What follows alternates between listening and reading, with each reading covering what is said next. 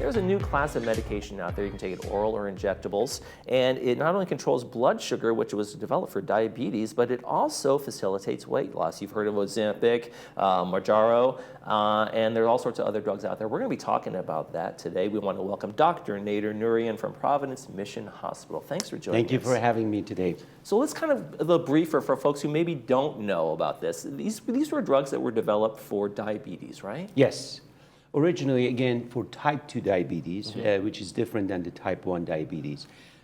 Just maybe a little introduction. Type 1 diabetes, as you know, is the type that there is no insulin production. Right. Type 2, which is majority of what we see out there, is 95% almost of the diabetes is type 2, is insulin resistance in addition to lack of insulin. Okay.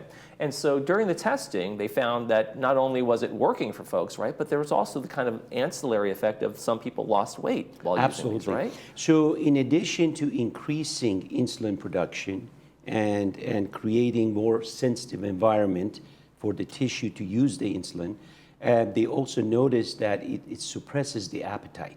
Okay. And once it suppresses the appetite in the brain, it caused weight loss. Right. Majority of them cause about 10 to 15 pound weight loss over a 6-month period. Some of them at the higher doses can go up to about 20 to 30 pounds. Okay. And like any kind of appetite suppressant that you might be able to take, was that an intention of that when they went in there, or is that just kind of a side effect of the drugs you have to use to... Very likely it was more of a, some not side effect, but unintentional outcome. Okay. Yes. So word gets out about this Yes. through the grapevine, and Ozempic starts to become the catch drug for people who want to maybe lose weight, but maybe not exactly needing the medication for diabetes, right? So some people are taking this without the need for diabetes. Absolutely. Right. So one good thing about this class of medicines are that for diabetic patients, it will help them by increasing insulin production. In non-diabetics, it doesn't affect the blood sugar. So you don't really worry about hypoglycemia or drop in the blood sugar. So a normal individual can take this medicine without worrying about hypoglycemia, but at the same time get the benefit of the weight loss. And in the initial, at least there in the beginning, there were some shortages because it became such a popular, talked about, Yes, they talked about it on the very much so. Oscars, and all of a sudden there were shortages of this. So are we okay there in terms of the people who need these kinds of medications being able to get them now? There's still a lot of shortages out there. Okay. Actually, most pharmacies, including some of the big chains, still don't have some of the special doses. Yeah. Okay. Now, from my understanding, there are side effects to this. Some people have that kind of extreme nausea, and they really have some bad side, and they actually, it doesn't work for them. Can you talk about the side effects? Sure. Are there dangers there? Absolutely. So just like any medication, there are certain type of side effects that you have to look for, and those are the things that we educate the patients and we want to know about. Fortunately, these side effects happen early, so most people will know within a few days. One of the things that these medicines do is they decrease the transition of food through the GI system. Okay. That means the food sits in your stomach longer. Okay. And that can give some people a sensation of nausea, fullness, sometimes stomach cramping. Sometimes you develop a little bit of constipation, but the incidence is very low, probably less than a few percentage, maybe 2, 3, 4%. So not everybody experiences it, but at the same time, it's out there. Yeah, so and in terms of the tamping down of the appetite, I know some people who've struggled with weight loss say, I'm thinking about my next meal right after, and the Ozempic and the other drugs in this family kind of like made those thoughts go away, which was like a real kind of like amazing kind of feeling for someone to have, so I can see where the draw is to these drugs, right? Absolutely. So one defect for diabetes is obesity, right? Right. So unfortunately, obesity contributes to diabetes. At the same time, makes it very difficult to lose the weight. So majority of the medicines we've had up to now, they cause weight gain or they've been weight neutral. And that's what's a big buzz about this new class is that they cause weight loss. Okay. So once you lose the weight, first of all, it's a nice psychological boost to the patients, right? I mean, you feel better about yourself. Sure. You know you're doing something positive. But at the same time, it really helps the diabetes because it helps with the insulin resistance, which is one of the big factors with type 2. Okay. What about some long-term in terms of side effects or impacts? Do we know, is it too early to kind of know what's going on long-term with some of the Very patients? good question. I'm sure on longer term, some of these medicines have been around about 10 years. You know, the Byada and the Bidurian that came out initially about 10 years ago. So we do have a good track record that they are safe. But any other medicine that comes out, we need time. But so far, we haven't seen anything that we would be worried about. Yeah. Are the drug companies reformulating now? They're saying, hey, look at what happened here. Now let's, instead of making a diabetes and weight loss, can they take what they've done here and they kind of repurpose and come out with weight loss? Are they working on that part of things? All of these drugs that came out under the diabetes, initial diabetes treatment, now are going to have a counterbalance on the weight loss side. So, for example, Victoza is going to have this Wegovy.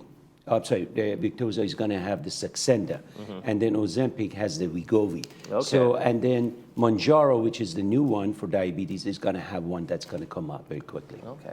Can I talk maybe something a little away from your expertise, but just in the, you deal with patients, I'm sure, who have weight problems and Yes. weight challenges. And we have spent a lot of time, a lot of years lately talking about, hey, we should be okay with whatever size we are as long as we're happy and healthy.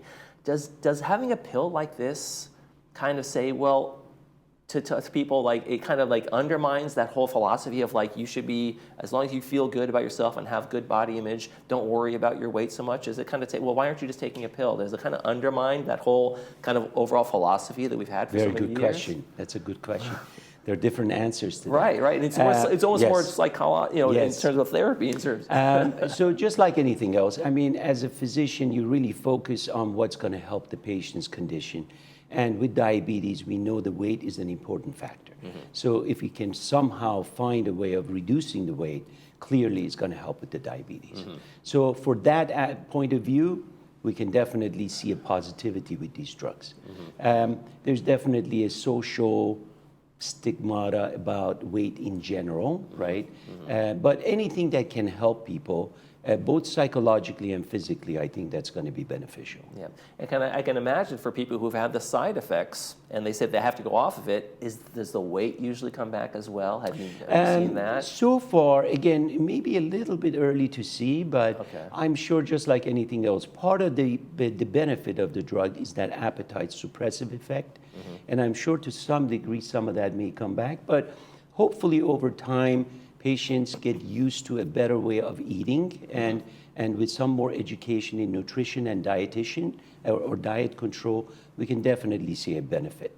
Somebody walks into Providence Mission Hospital, sits down with you and says, I want this. Right. Whether let's start with a diabetic patient. What's your assessment? What do you do and say, okay, this is the class for you, this is the drug for you? Right. So for diabetes, of course, it's a different type of criteria. Right. For weight Right. loss. We'll get to that question next. Yes. For weight loss next. That's this one here. For sure. For the weight loss, there are actually criteria. We look at the BMI. BMI is, of course, weight for height. That's the way we look at somebody's body weight. mass index is exactly, BMI, right? the BMI. You're well educated. Good for you. So that's actually the indication that we can use for using these medications for weight loss. Mostly a BMI over 27 with a comorbidity, such as, let's say, hypertension or high cholesterol or heart Right. disease would qualify, or BMI over 30. Some of them have a BMI of 35 for qualification. A lot of it is also insurance-based. Okay. And so there's a different assessment for both. And when a diabetic patient comes in, is it almost always, okay, we need to get you on this, or is it are they not reacting to their current medications aren't working for them as well as they could? Great question. So there are different types of diabetic medicines, right? And they really target diabetes at different points, different defects. Right. Again, there are 3 points for diabetes type 2. One is decreased insulin production. The other one is insulin resistance. And also there is a defect with the liver that it produces too much blood sugar, right? These medicines target all 3. Okay. And as far as that's concerned, it's tremendously beneficial. Okay. Most medications target 1 or maximum 2 defects, but something that can give you that comprehensive treatment is going to be important. Okay, well, thank you Yeah. for the information. Oh, Makes a lot of absolutely. sense, and I think very informative for people who don't quite understand what's going on. They're hearing these things, but they don't quite understand Yeah. it. Dr. Nolan Nurian from Providence Mission Hospital, thank you very much for joining us. We appreciate it. Thank you. When we come back, we're going to be checking out the Sports Corner and then El Toro water quality. Stay with us.